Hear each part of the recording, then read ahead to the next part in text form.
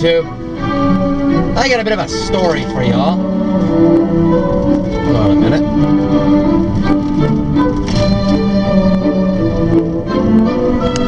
Have a ride first. I need to consider my words carefully, because I'm disgusted.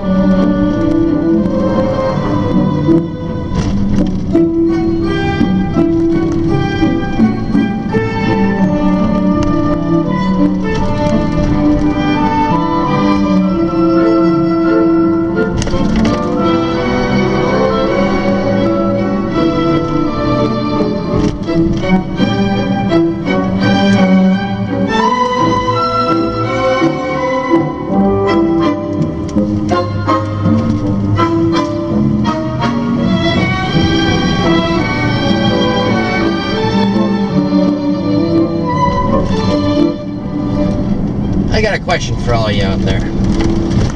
So, put yourself in this position. What's the going price for a John Deere X300 now? I want to say it's something over $3,000. Well, today, I had a bit of a run-in. Yesterday, Thanksgiving, my grandfather's at the party, and he mentions, could you bring something up to pick up my Deere? We've had it in the shop lately because it only run with the choke on, and it would run really rough even at that. So, see here. Anyway, we couldn't even start it that coming morning when we wanted to bring it to the shop, so we pushed it onto the truck, brought it up there, saying it had carb problems, just needs a little bit of work. So it's been a month now. Actually, yeah, it was a week before I bought the Olympics, so yeah, at least a month now that I think about it.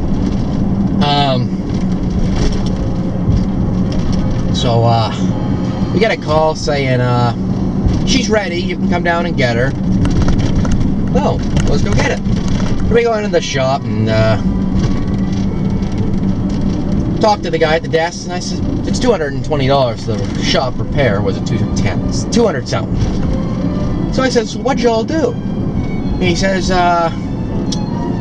apparently, I quote, there's a spring on the carburetor for the return that we see this on a lot on these models. It sometimes sticks and the choke stays on a little. So we took it all apart and cleaned it, etc., etc., yada yada. Well, I'm already thinking, well, that's a load of bullshit, but continue. Yada yada yada, 220 bucks, 210, whatever it was. Okay, we'll meet you all up front. We got a trailer. He says, oh, well, drive it out, and you can get her. I wanted to comment on the fact that the choke's not any of the problem. It's running too lean, but I didn't. So we stood out there for about 10 minutes, and I still don't know exactly. It could have been another machine, but I'm pretty sure I know the answer. And I could hear them cranking that distinct Kawasaki 2-cylinder sound. And I can hear an engine cranking out there. And finally, well, here it comes, backfiring its way around the side of the shop. So I'm thinking, oh boy, I know what's coming for it. So the guy drives it right up on the trailer without a comment and shuts it down. The guy says, bring that key over here. Fire it back up. Put it to idle, and yep, she's right back to her backfiring, hissing, spitting self. So, what the hell else do you do? We walk back into the shop, and I says to the guy, what does fixing the choke being stuck on have to do with anything? The choke wasn't sticking, for one. You had to use it to keep it running. What difference does it make? Mind you, he also changed the plugs, because apparently the plugs were bad because the choke was stuck on, but it wasn't, for this whole story he had. So the guy finally comes out with a set of keys. First he fires up a machine on the lot, another X something, I don't know. And it, sounds normal. It's got the Kawasaki sputter, I guess. Sort of a distinct sound. Then he walks over to ours and fires it up, and it's sitting there and running. He gets it started after mucking with it for about 2 seconds or so, and it takes off. It sits there and it's doing its typical little sort of a da-da-da-da-da-da instead of the purring. It's only running on one cylinder, you can hear it. So I says to him, now give it a little choke, and it smooths right out, and it starts to flood a little naturally. It's put like this, with the choke hard on, she won't stall. So, yeah, you can see where this is going. So he looks down and he says, oh, the choke's a little out of adjustment. Strike one. Alright, Bub, listen. He just said you fixed the choke. Now, did you fix it or not? Because it should need to be adjusted. It's a cable, for God's sake. Why didn't you have it fixed first? Did you even run it? Because I seriously don't think they did a thing to it, because after they said they cleaned everything, I was under there and it was still dirty underneath that car. They didn't do a thing to it. So that set me off already. But I didn't say much. So he says, oh, we don't hear anything really wrong with it. We figured you wouldn't add to the bill by doing unnecessary repairs. I'm already saying to myself, frig's sake, the thing's 2 years old. It should run without surging. It should run without backfiring, and you certainly shouldn't have to leave the choke on. So the guy takes out a pocket knife, and he starts mucking around with the carb and the cable adjustments. And seriously, Bob, what the hell? Didn't you sort it out already? So, I mean, seriously. So finally, we go back in, we talk to the guy, we go back out again, we talk to this guy, the service manager. So I'm disgusted at this point. Finally, I says to him, after he mucks around with the choke, Jesus Christ, turn off your high beams, bud. I says to him, bud, I'll tell you exactly what's wrong. The idle jet, I think is what I said. Technically it'd be its circuit, because they ain't got jets anymore. I says, the idle circuit's screwed up. It's too lean. That's why it smooths out when you hit the choke. I know this tractor. I've run it for a long time. It's not running right. He looks over to me and he says, I'm trying to remember exact quote. This was this morning. I think it was definitely along the lines of, I gotta ask, are you some kind of trained technician? It was something along those lines. I don't remember the exact words, but it was definitely along those lines. And I go over to him and I says, no, I just know what I'm talking about. What are you? Probably wasn't quite the best words to use. We didn't have any comment, and I don't think he really picked up on the sarcasm. By the way, he said he used to be a service technician, so I'm starting to wonder if that's part of the key word, used to be. And my grandfather and I go back in and says to the... Ooh, that's a nice Falcon. Says to the guys at the desk, listen, we're not paying for this thing until you fix the goddamn thing. Pushed her off the trailer and left it there. This is a certified frickin' John Deere shop. Or at least it used to be. Most still is. I mean, they promote Deere and they have a big banner out front. They should know how to frickin' service a carburetor. And certainly not have some idiot out front pulling around the carb using a jackknife. Or a pocket knife. I don't know my knives. Just deal with it. But I says to him, I've dragged tractors out of the woods that ran smoother than that on their first start in numerous years with crappy old gas.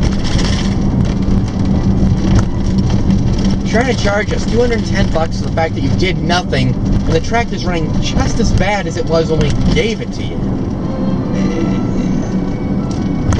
I've got no words for him. God, I hate the headlights these days. So freaking bright. Yeah, you can see better, but God forbid the person who's driving past you. Anyway,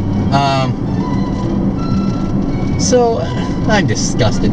The way back, I'm driving along the old Tacoma, and I look over to my grandfather, and I says, you know, I have a hard time asking over 25 to do a lawn, and 30 to pick up leaves, and call it, I don't know, 10, 15 bucks to rebuild a Briggs 3.5 horse carburetor for a neighbor. And if I was charging shop rate, I'd be a millionaire, and I wouldn't have to fix it. Because that same shop, between the fact that it used to be Shaw's Ridge, and they used to be not that bad. All of our tractors have their badges on them.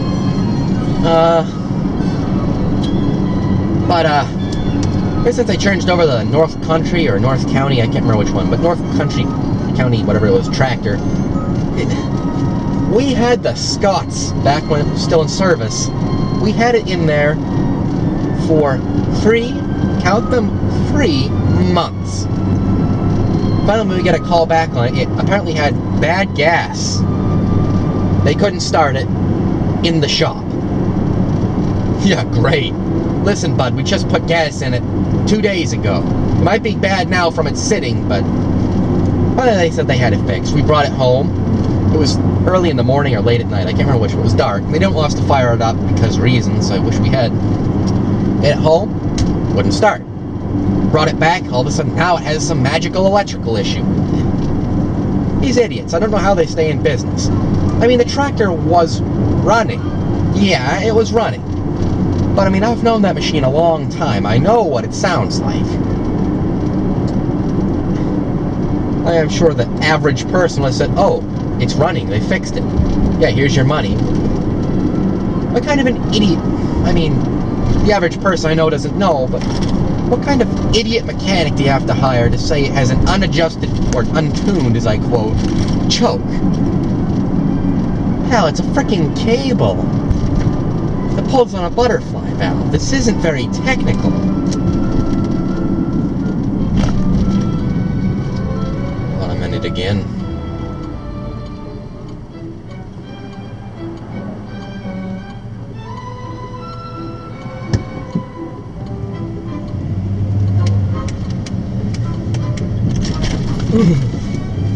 That's suspension, though.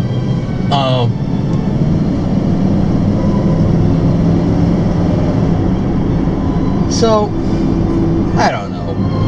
We ended up saying to him, listen, we're not paying until you fix the damn thing, and pushed it off the truck and left, or the trailer, that is. I mean, I've been into this stuff since I was a kid, but I'm pretty sure even if I was 12 years old and I heard that thing, I would have known there was something wrong. You put the choke on and it smooths out. How do you try to return a machine to a customer for that kind of money? I mean, I suppose these days that's cheap, but what's a whole new carburetor for the damn engine? 150 bucks? If I knew more what I was doing, I would have pulled it apart myself. Would have been done by now. Well, I'm telling you, they didn't do a thing to it. I was under the engine, I looked at her, they didn't touch a thing. It was still dusty down there. Not to say we leave it filthy, I mean, we don't clean it up like a showpiece every time. It's a work tractor, but a ratty old Ford that I dragged out of the bush. Carburetor's a little screwed up, and you have to give it a little shot every here and again if it's really cold out to start, but it'll fire up on the second try usually. Sometimes first, depending on the weather. The choke doesn't even exist in that tractor. It's gone. But it starts, it idles, runs full speed, has plenty of power, never given me a problem, ever. And it's been outdoors for 20 years, a gas tank full of rust and a carb was the same. A ratty old 116, yeah, 116. Well, the 116 too. Yeah, on occasion I gotta give it a little choke to hold an idle when it's cold, but that's just because I've been too lazy to set the car. I could do that in 5 minutes if I wanted to, I just haven't gotten to it. That, no problems. That's an old machine. That's a 78 if I remember right. My Ford is a ratty old piece of shit that got dragged out of a guy's yard for free. Everything works. Never had a problem. My old Craftsman's, my Honda, well the Honda you can't really count now, my wheel horse in my shed. That has the original carb, the original fuel pump, all the original electrical. It's a 1973 or 4. And I was running the original battery up until 2 years ago. Never a problem. In my time. And the old owner's time as well. So, my question, that, oh boy. Well, thanks for actually turning them off. Jesus, or did you? I can't tell. All the problems with these things. I mean, the second week we owned it, they came out on at least warranty to replace an exploding flywheel fan. The first week we owned it, it wouldn't start because some module had fried. We got all the Christmas lights up. Well, I mean, the one. All the stuff inside today. Run down the end of the street, stall here for another minute. But, I mean, between that, how do you go so wrong? Even Tilly doesn't break down that many times in a year.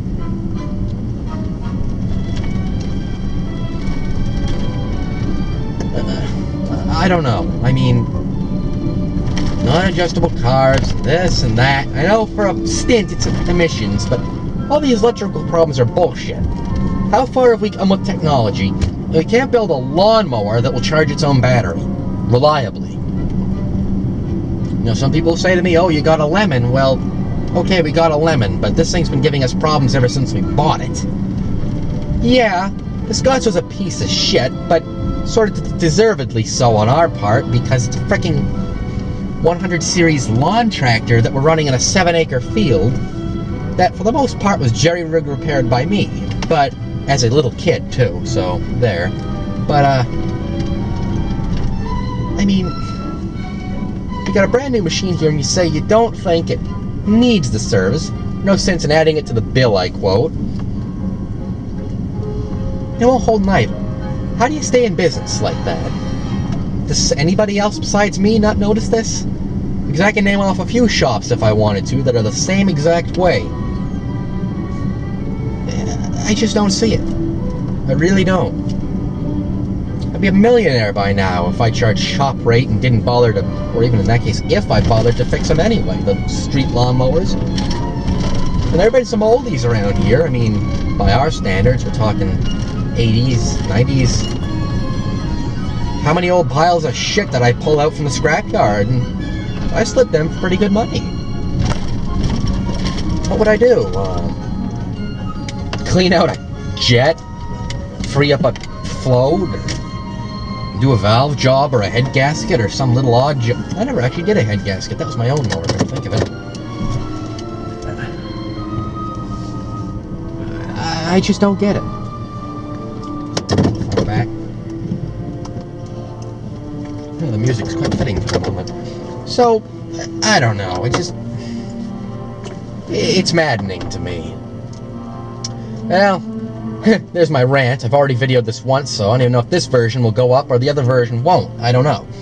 But, well, if any of y'all got opinions, I guess I'm curious to hear, because this pisses me off. But anyway, I'm off.